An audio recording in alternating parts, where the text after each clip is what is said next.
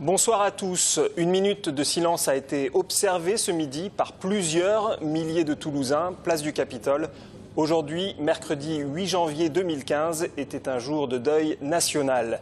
Les drapeaux des mairies de la République, comme celui de la mairie de Toulouse, étaient en berne.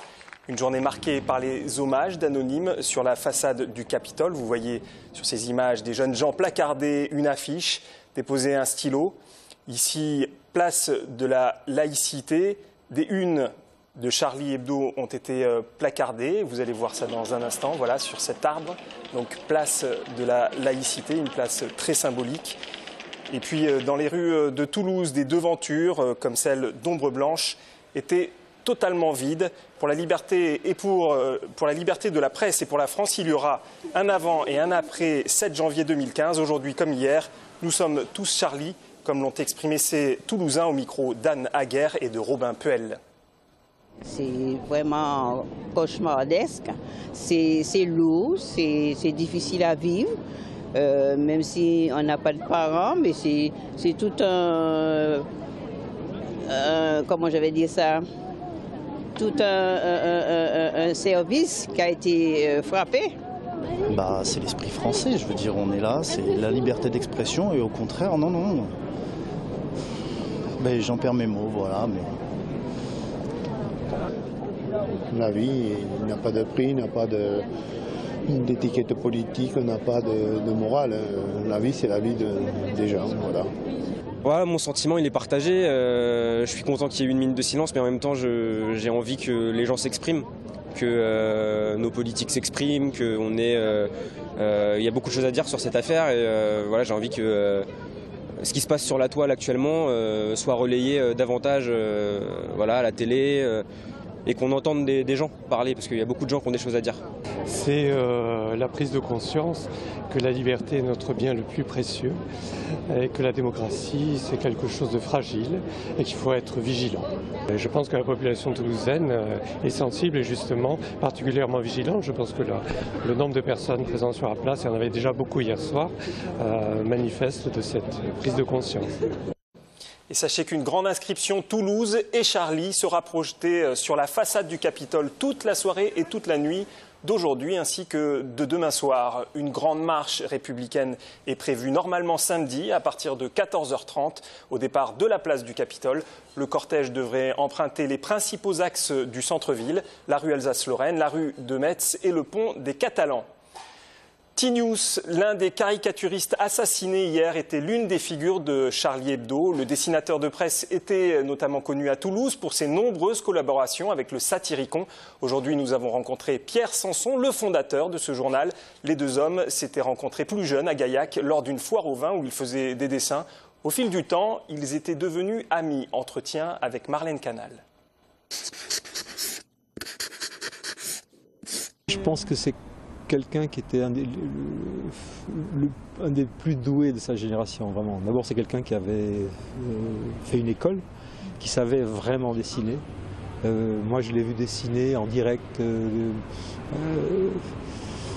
sans faire comme Cabuff pouvait le faire, c'est-à-dire être capable de faire des choses en direct, sans une rature, avec une précision incroyable. C'est-à-dire que c'est quelqu'un qui, quand il menait un trait d'un bout à l'autre du papier, il savait exactement où il menait, il savait exactement la proportion que le reste allait prendre. Enfin, il avait déjà tout dans sa tête photographié et c'était vraiment impressionnant de le voir faire. Ces gens-là sont des types extrêmement gentils. C'était des pattes d'hommes. Tignou, c'était une patte d'homme. Il était généreux, il aimait la vie, vraiment. C'était des gens qui étaient... Alors après, évidemment, ils avaient une espèce d'humour corrosif, mais c'est parce qu'ils aimaient la vie, c'est parce qu'ils ne supportaient pas la bêtise, c'est parce que... Voilà, c'était pas des... Comment dire? C'était pas des faiseurs. C'était pas des gens qui faisaient ce métier parce qu'ils étaient vus ou non, ils faisaient ce métier parce que c'était vraiment leur façon de s'exprimer, c'était leur façon d'être. Et Tignou, à la ville, comme au travail, il était le même, il était aussi drôle. Oui, il était impertinent, mais il aimait les gens, ça se voyait, on voyait qu'il venait d'un milieu, je pense, populaire, enfin je suis sûr, Et on sentait qu'il avait cette espèce de contact chaleureux avec les gens. On peut attaquer, on peut montrer du doigt des choses qui ne vont pas, on peut rire de tout, évidemment qu'on peut rire de tout. On a le droit et on doit rire de tout.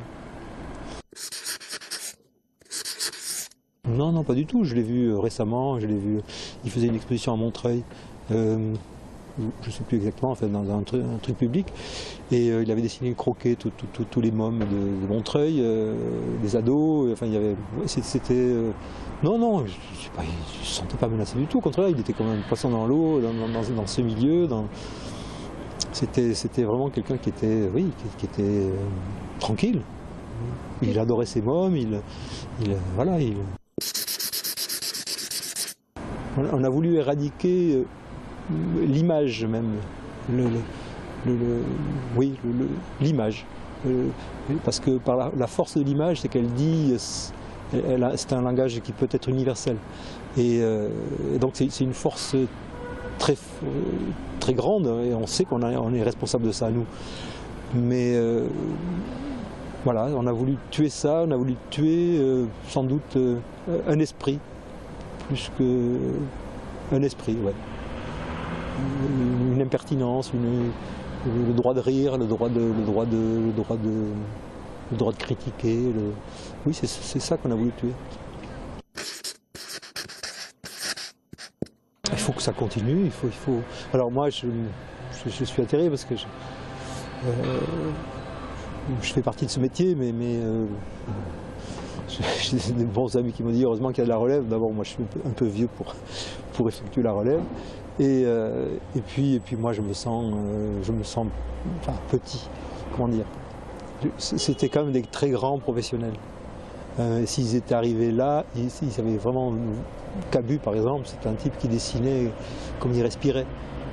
C'était des gens qui étaient d'une vitalité en même temps énorme. Et alors, je ne sais pas comment on va faire, enfin, comment Charlie va faire sans eux. Et moi-même, je ne sais pas comment je vais faire sans eux. Parce que c'était quand même à la fois mes pères, mais aussi c'est des gens que j'admirais vraiment énormément. Beaucoup.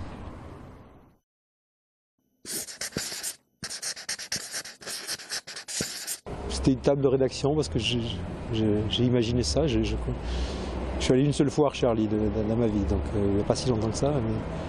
Mais, je connaissais plutôt l'équipe de ciné, voilà. Mais j'ai fait une table de rédaction avec, j'imagine, un dessinateur qui reste, je ne sais pas lequel, et seul au milieu de chacun, les chaises sont renversées et il y a des papiers, les papiers de chacun, et ils sont tous ensanglantés. Et la personne dit, les potes, vraiment, vous n'êtes pas drôle aujourd'hui. Dès hier, les représentants des différents cultes religieux ont exprimé dans un communiqué commun leur indignation et leur unité. Et alors qu'une charte de la fraternité doit être prochainement ratifiée en préfecture, ils réfutent, je cite, toute récupération des religions pour justifier la violence et les crimes extrémistes. Toute vie est sacrée. On les écoute au micro de Anne Aguerre, Robin Puel, Jean-Marc Lucas et Anna Sorat. Après l'affaire Mera, donc c'est comme ça que ça s'appelle à Toulouse et ailleurs, il y a eu la volonté de travailler ensemble sur ces questions-là. Et c'est plus particulièrement Manuel Valls, alors ministre de l'Intérieur, qui a tenu aussi à réunir à la préfecture au mois de février dernier, donc en 2014, les différents cultes, et au travers de la préfecture, il y a eu une façon d'accompagner ce texte, qui n'est pas facile parce que voilà, c'est pas quelque chose de politique. Il faut trouver un moyen de mettre des gens ensemble qui ont parfois des difficultés à penser la nécessité de ces textes-là. Je pense qu'ici on a une histoire qui nous a marqués, qui nous a blessés, et que bien évidemment, spontanément, je pense que cette histoire fait que nous sommes là et qu'il y a eu un rassemblement spontané hier soir au Capitole de cette importance. Je crois qu'en effet que c'est lié à notre histoire toulousaine. Ces assassinats nous concernent tous. Parce qu'à travers ces personnes, et d'abord ce sont des personnes qui ont été touchées, ce sont des familles qui souffrent, à travers ces personnes aussi, nous voyons bien que nous avons été touchés au cœur de nos valeurs, de notre manière de vivre ensemble. Hein, c'est quand même à travers ces personnes, c'est la liberté d'expression qui a été mise en cause. Donc c'est ce désir de vivre ensemble qui a été mis en cause, du désir à la fois d'être unis, mais aussi en même temps d'avoir la possibilité à chacun d'exprimer ses opinions librement, quelles qu'elles soient. Ces gens-là qui sont des radicaux, qu'on appelle des radicaux, qui revendiquent leur attentat au nom de la religion musulmane, je pense que ils usurpent cette identité pour justement commettre des attentats atroces en France au nom de cette religion. Je ne pense pas qu'aujourd'hui un imam oserait aujourd'hui encore faire des prêches radicales.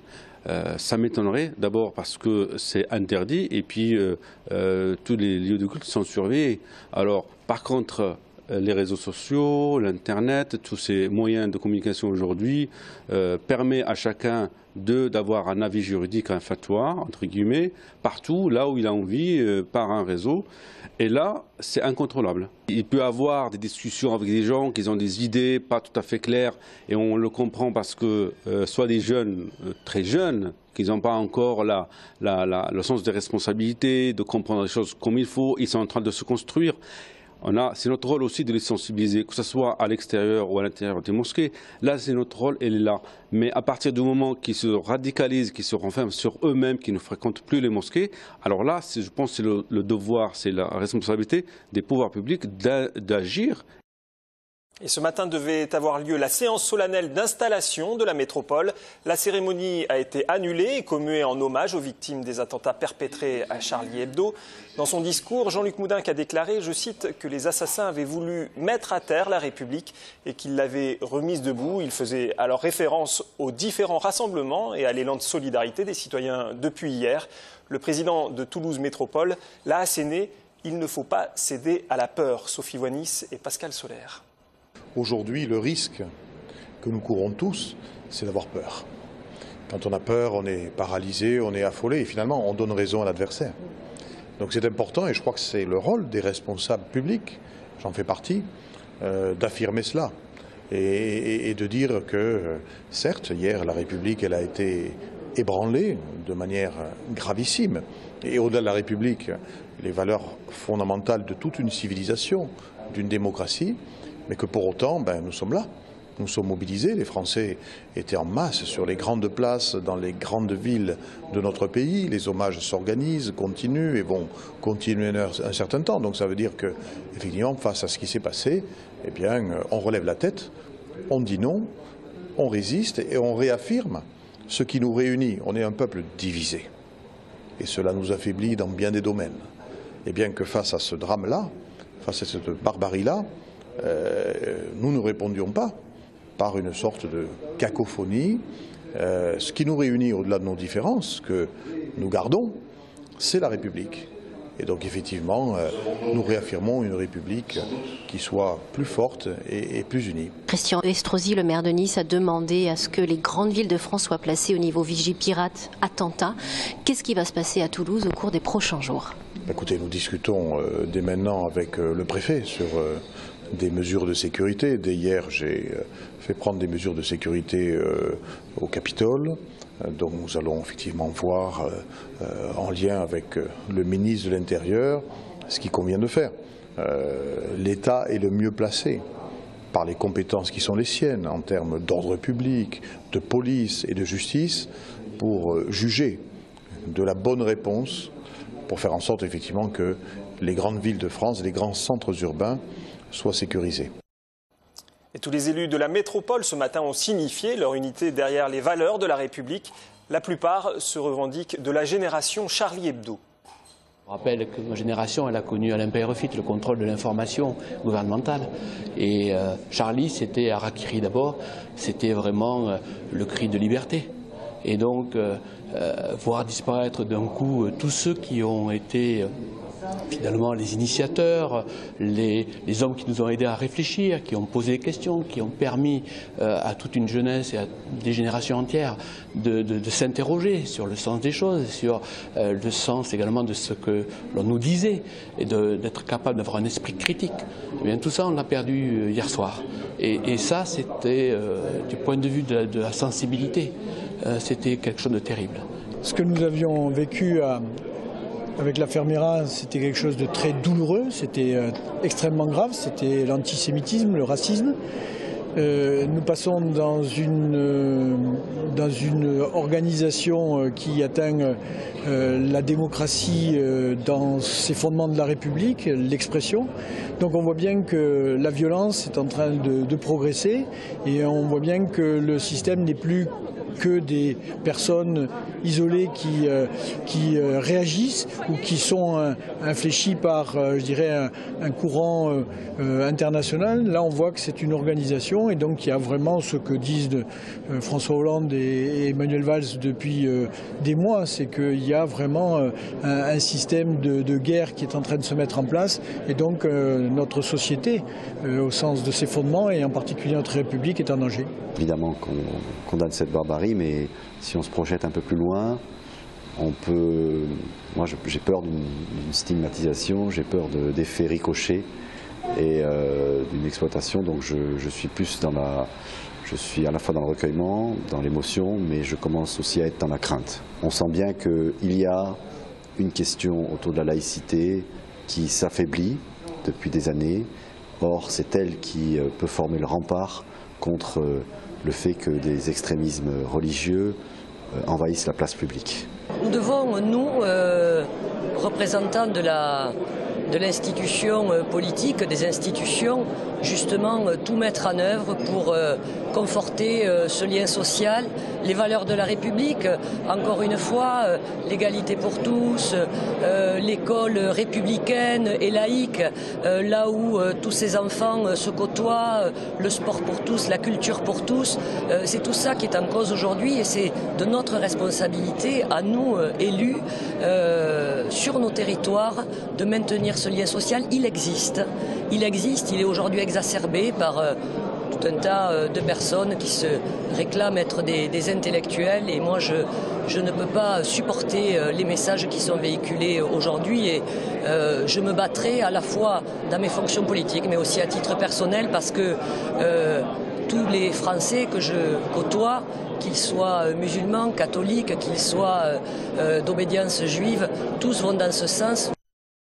Le maire de Toulouse compte rendre un hommage particulier à Bernard Maris au cours des prochains jours. Après consultation de sa famille, un espace public pourrait prochainement porter son nom.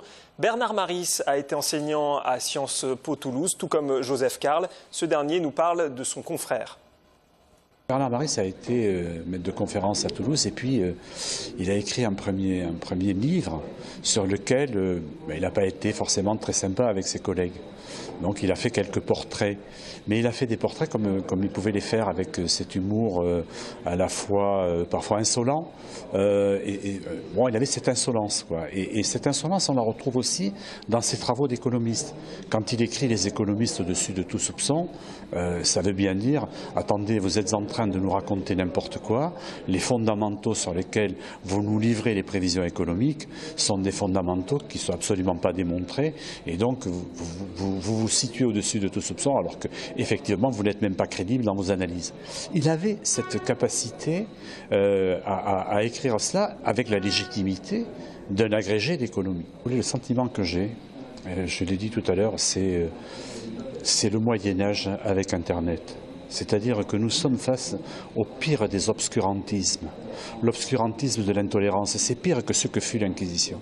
On est face à cet obscurantisme, mais qui aujourd'hui utilise à la fois les armes de guerre et qui utilise les réseaux sociaux. Donc on est face à un changement, un bouleversement qui, du point de vue des idées, n'a pas changé par rapport au Moyen-Âge, mais qui utilise des moyens qui sont des moyens considérables. Et c'est, je crois, ça qu'il faut que l'on intègre.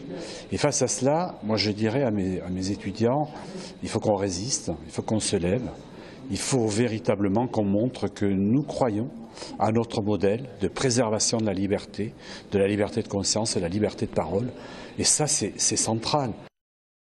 Et sachez que Greg Lamazère rendra demain dans Courrier Sud un hommage à Bernard Maris. Il rediffusera les différents entretiens qu'il a eus avec lui.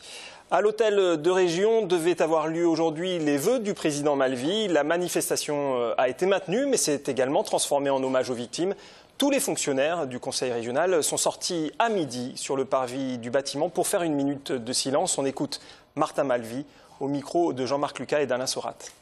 Vous avez donc un sticker « Je suis Charlie » que vous portez. Que voulez-vous affirmer par ce geste? À la fois ma solidarité, mais la douleur que chacun d'entre nous, je remarque d'ailleurs que beaucoup de journalistes le portent aussi, la douleur qui est la nôtre et en même temps cette interrogation profonde. Comment des hommes qui sont comme nous, qui ont un intellect, qui ont une réflexion, comment des hommes peuvent-ils arriver à commettre de tels crimes? Le fanatisme c'est terrible. C'est l'horreur. Wolinski, je le connaissais. Charb, je le connaissais. Nous avions, il y a 3 ans, passé un long et agréable moment ici, à Toulouse. Il venait à l'Île-sur-Tarn pour le festival de dessin humoristique de l'Île-sur-Tarn. C'est une attaque à ce droit fondamental qui est le droit à l'information. Tous les ans, des dizaines et des dizaines de journalistes meurent en accomplissant leur mission. Et là, c'est une atteinte directe, d'ailleurs proférée, au droit à l'information. Et le droit à l'information, c'est la conquête longue et patiente des citoyens, des sociétés évoluées. Les religions qui peuvent être mises en cause sont les premières à être dans leur fort intérieur révoltées et à craindre en même temps les conséquences, les répercussions sur les musulmans. Ce n'est pas acceptable, ce n'est pas tolérable. Donc, union nationale, unité nationale, rassemblement national, nous sommes tous concernés aujourd'hui par ce qui s'est passé hier à Charlie Hebdo. À midi, tous s'est également immobilisés devant l'hôtel de police. Les agents des forces de l'ordre, marqués par la barbarie, ont tenu à rendre hommage aux 12 victimes, dont 2 policiers. À Toulouse, près de 3 ans après l'affaire Meyrat, les cicatrices ne sont toujours pas refermées. Benjamin Bonte. Particulièrement marqués par le meurtre de 2 de leurs collègues et des journalistes de Charlie Hebdo, les policiers toulousains ont stoppé leur activité ce midi. Après avoir reçu le soutien du préfet, les fonctionnaires de police ont observé une minute de silence. À Toulouse, ça a évidemment un écho particulier puisque l'affaire Meyrat n'est pas loin. Et nous craignons qu'il y ait un effet de mimétisme qui se propage un peu partout en France de toute façon parce que personne n'est à l'abri par rapport à ce phénomène. Dans ce climat de tension, les mesures de sécurité ont été renforcées en Haute-Garonne. Les agents de police se tiennent prêts à toute éventualité.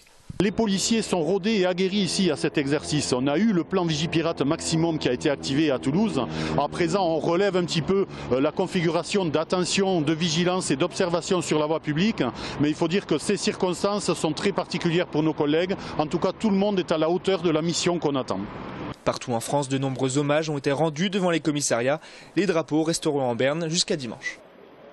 Après le rassemblement d'hier soir, place du Capitole, nous avons recueilli le témoignage de plusieurs personnalités. Je vous laisse les écouter. Puis nous sommes touchés parce que Charb était là cet été pour soutenir la fête de l'humanité à Toulouse. C'était un ami personnel, beaucoup de mes camarades avaient des liens avec lui. Donc nous sommes à la fois indignés pour l'ensemble des morts, personnellement touchés par le décès du directeur de Charlie Hebdo. Et puis c'est une atteinte à des gens qui œuvraient pour la tolérance. La solidarité avec Charlie Hebdo, les familles, avec des gens qu'on connaissait bien au niveau du parti de gauche et du front de gauche, et qui étaient les tenants de la liberté d'expression, du droit à la critique, de droit qu'on a acquis depuis la Révolution française, du droit à la satire et du droit au blasphème. Voilà. Donc on est là en solidarité bien évidemment par rapport à cette liberté de la presse et pour indiquer aussi que aux barbus de tout poil et de toutes les obédiences que nous ne baisserons pas la garde par rapport à la liberté d'expression. À titre très personnel, il se trouve que Bernard Maris était un de mes amis puisque nous étions profs dans la même université, mais bien au-delà du cas personnel de Bernard Maris, je pense que ce qui vient de se passer est d'une extrême gravité, dont à mon point de vue les conséquences et l'ampleur n'ont pas encore été peut-être tout à fait mesurées. Je pense que les figures emblématiques de gens comme Cabu, comme Wolinski sont des symboles au-delà d'individualités particulières, et c'est une atteinte directe, effectivement, un principe sacro-saint qui fonde la démocratie. Pardonnez-moi, je suis un peu ému.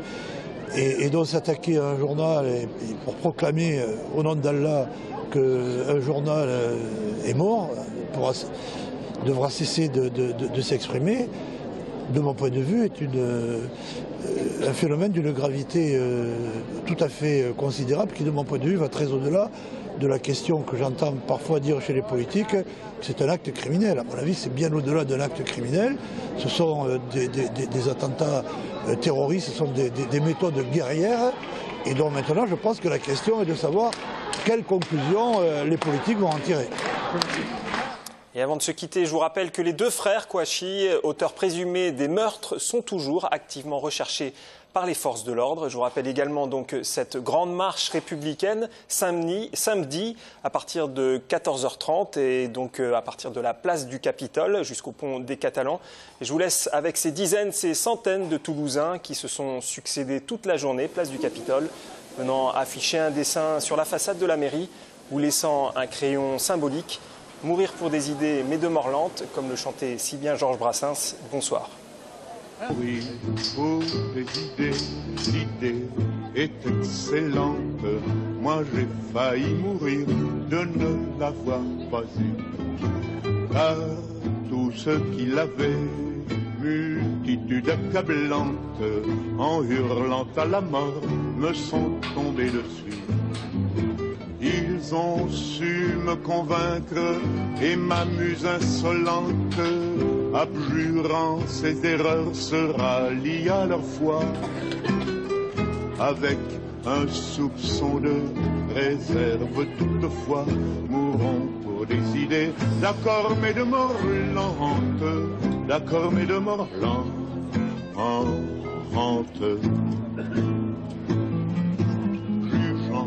Il n'y a pas péril en la demeure, allons vers l'autre monde en flânant en chemin.